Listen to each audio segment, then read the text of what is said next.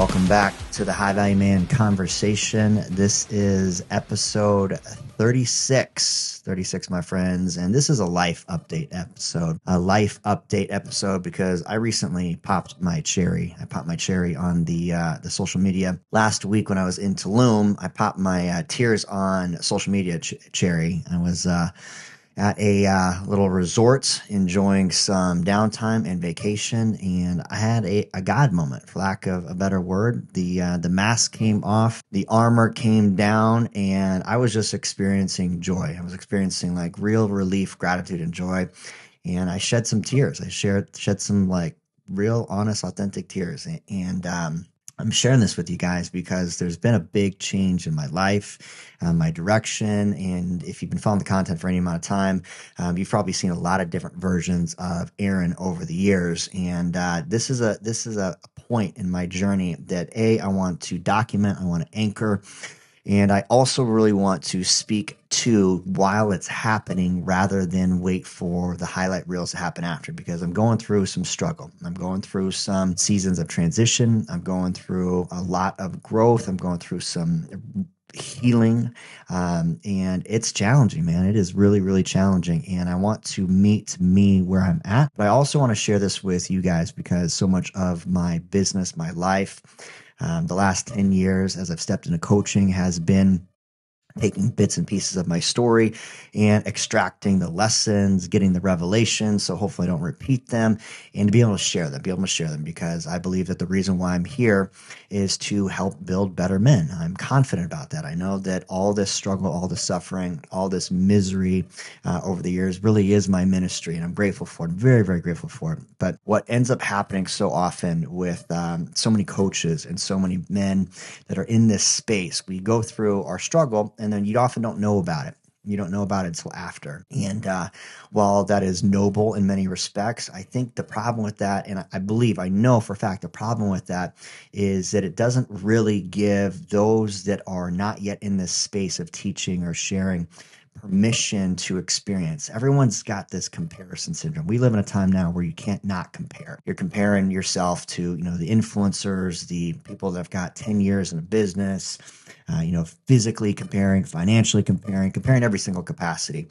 And that's the downside to social media. And the downside to social media is that you put this unrealistic expectation on yourself, which then just defeats and diminishes and dilutes your courage to go out and do things you need to be doing or you get to be doing. And so many people are comparing their chapter 1 to someone else's chapter 20.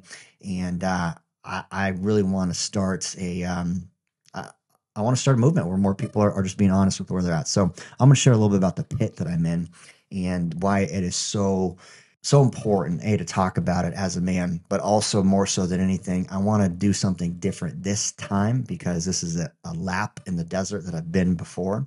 I want to do something different this time by A, calling myself forward, and by B, sharing it with you, and C, help holding myself accountable, because social pressure works for all of us. Social pressure and the proximity of people around us that are expecting us to do something will often get us to motivate and do the things that we don't always do it for ourselves. And I'm no different. There's not a single person out there that isn't leveraged by some level of competition or eyeballs on you.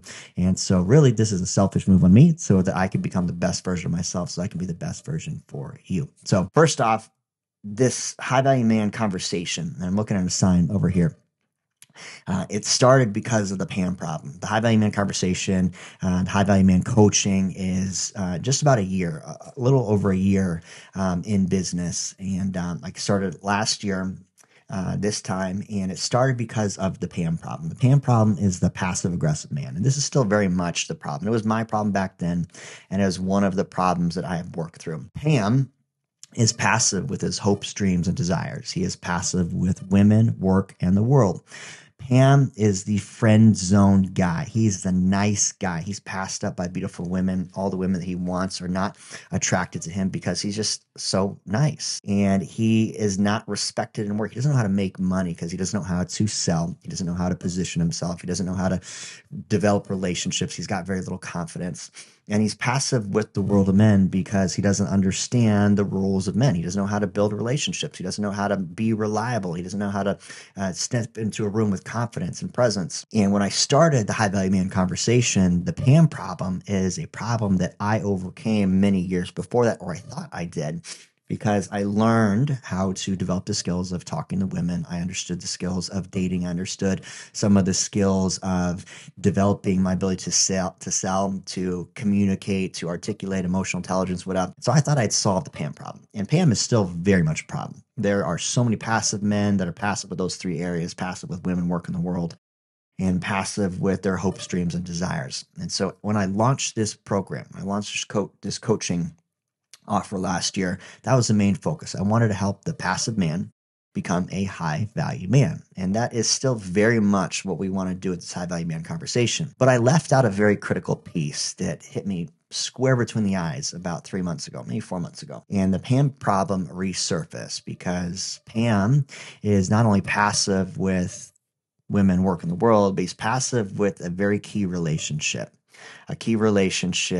that he has as a man with another man. I'm going to get some more of that here in just a second. But I thought all Pam had to do was lead with women, lead with work, and lead with the world. And then all his problems would be solved. But the truth of the matter is, if I look back over this last year, while I've had some success, we did about $1 million in the first 12 months. And so that was a pretty successful launch for a coaching program. First time, full throttle, going all in on me. Very grateful because I was able to ride on the coattails of some very successful men and build a business from that. And so very grateful for that, and a lot of gratitude that will continue for the rest of my career for the mentors as a part of in regards to Bedros and Ray, Steve and Matt, and what we built the project. But a lot of success, and that success fed a false self that came to bite me in the ass.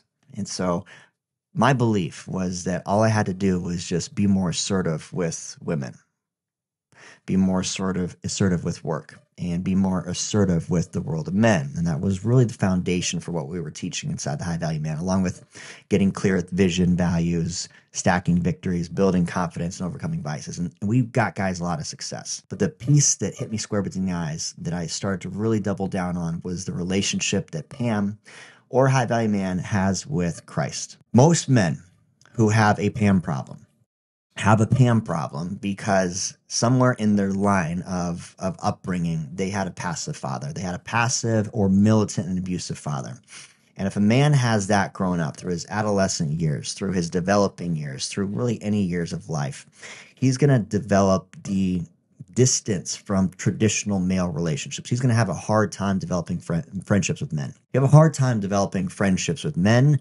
By nature, you're also typically, I'm going to be speaking with a broad brushstroke here, you're typically going to have a very hard time developing a relationship with a patriarch. In Christianity, the patriarch is the father, it is Jesus, it is the brotherhood in there. And so traditionally, because of your upbringing by passive men, because of your upbringing and your behavior and your characteristics as a PAM, you're probably going to have a hard time developing a relationship through a traditional religious concept with a male figure because you just don't know how to do it. You have a hard time operating within your own masculinity, so you have a hard time developing relationships with other men. It's a common problem just across the board. Men have a hard time making relationships with men, period, even if they have the best dad in the world.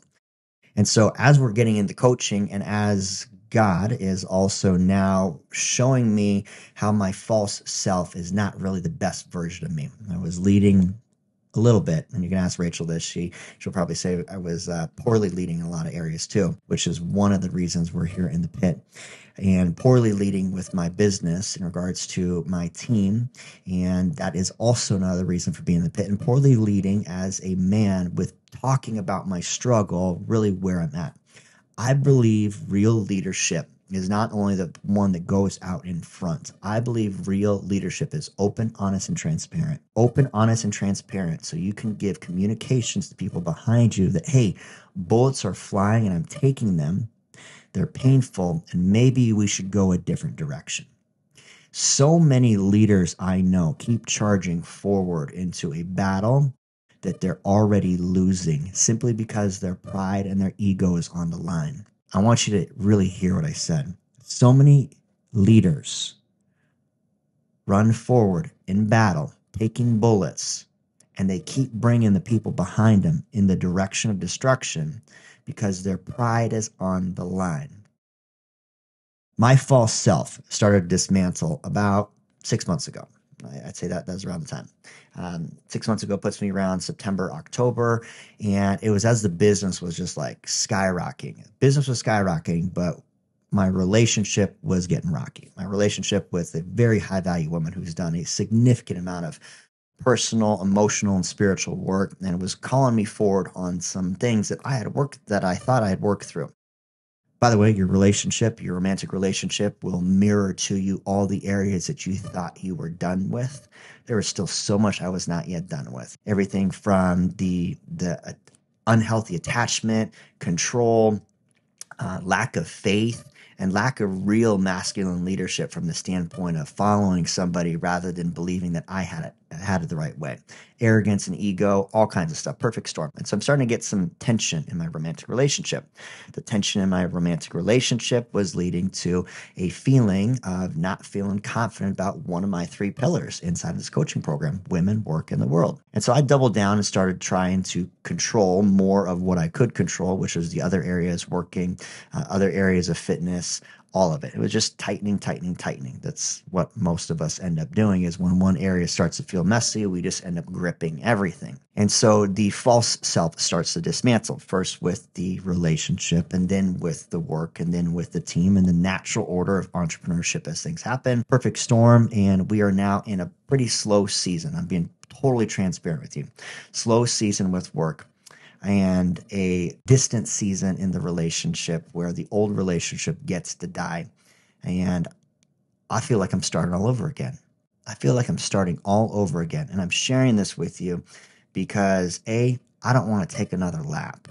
If you're familiar with the story in the desert, the Israelites had to take 40 years of laps because they didn't learn the lesson of submission. They didn't learn the lesson of obedience from God.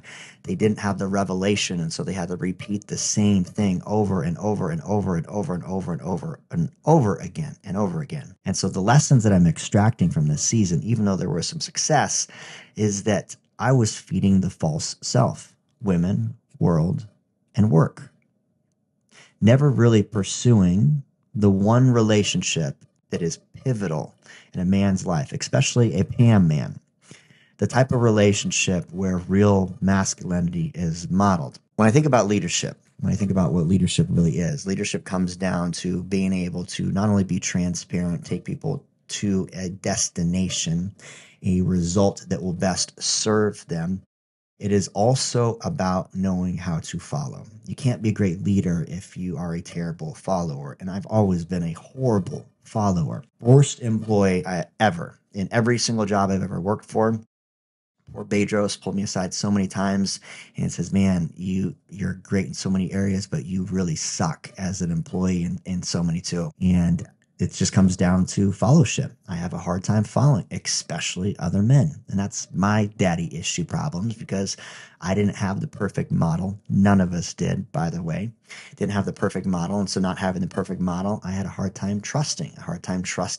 Not only men, I also have a hard time trusting myself for a long time, until I became very self-reliant. Now, if it's only up to Aaron, I'm good. But that's a very, very poor quality of leadership, to be able to only make yourself self-reliant and be ultimately selfish. And so what I'm learning and what I'm extracting, I'm gonna land the plane here in a second. This is a little bit of a messy podcast transition, because I've got 3 episodes coming up after this, and I'm so excited to share with you. But what I'm learning in this transition is that to be a good leader, to be truly a high value man, which an entire episode in business was built around, you have to have a good model.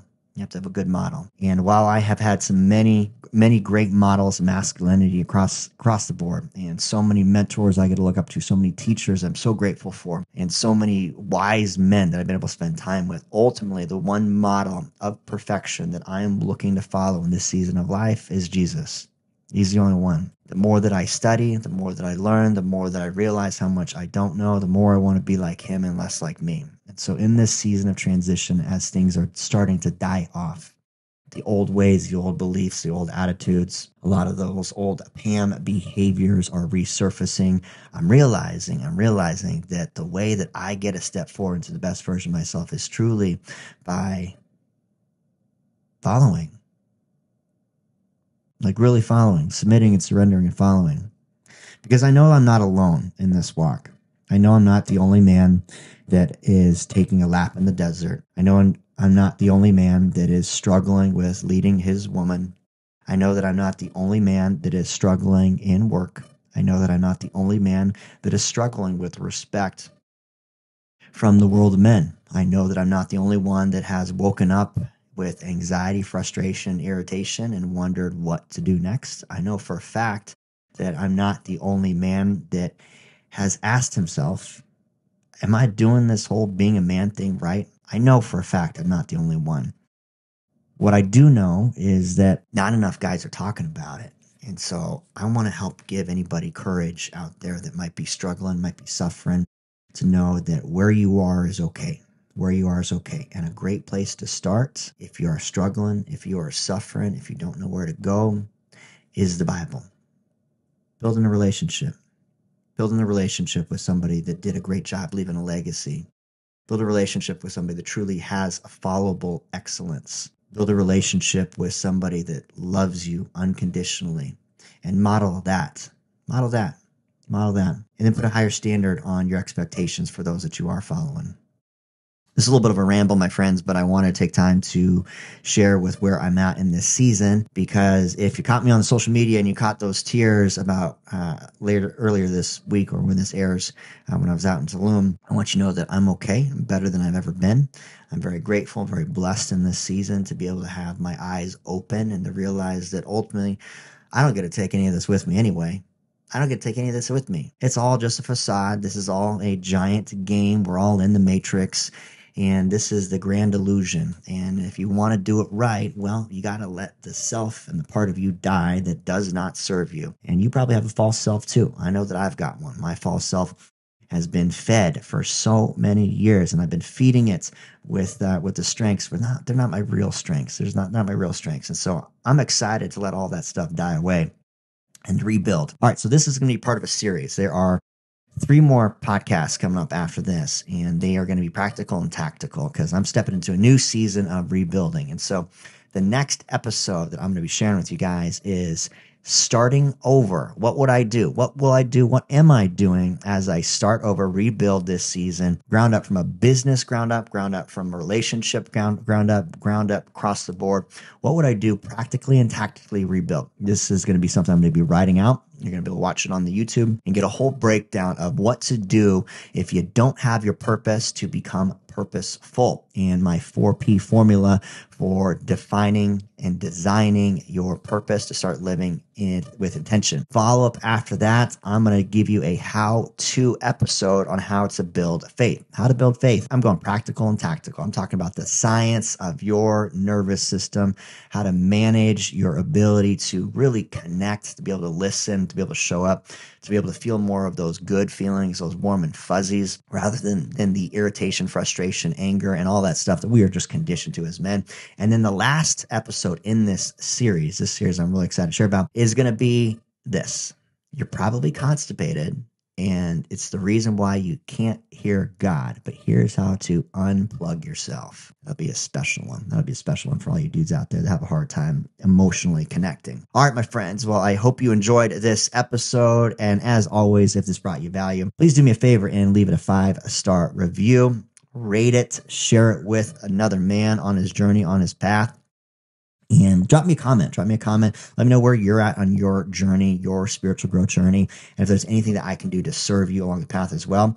And I will look forward to talking to you soon. Much love, many blessings, and boom.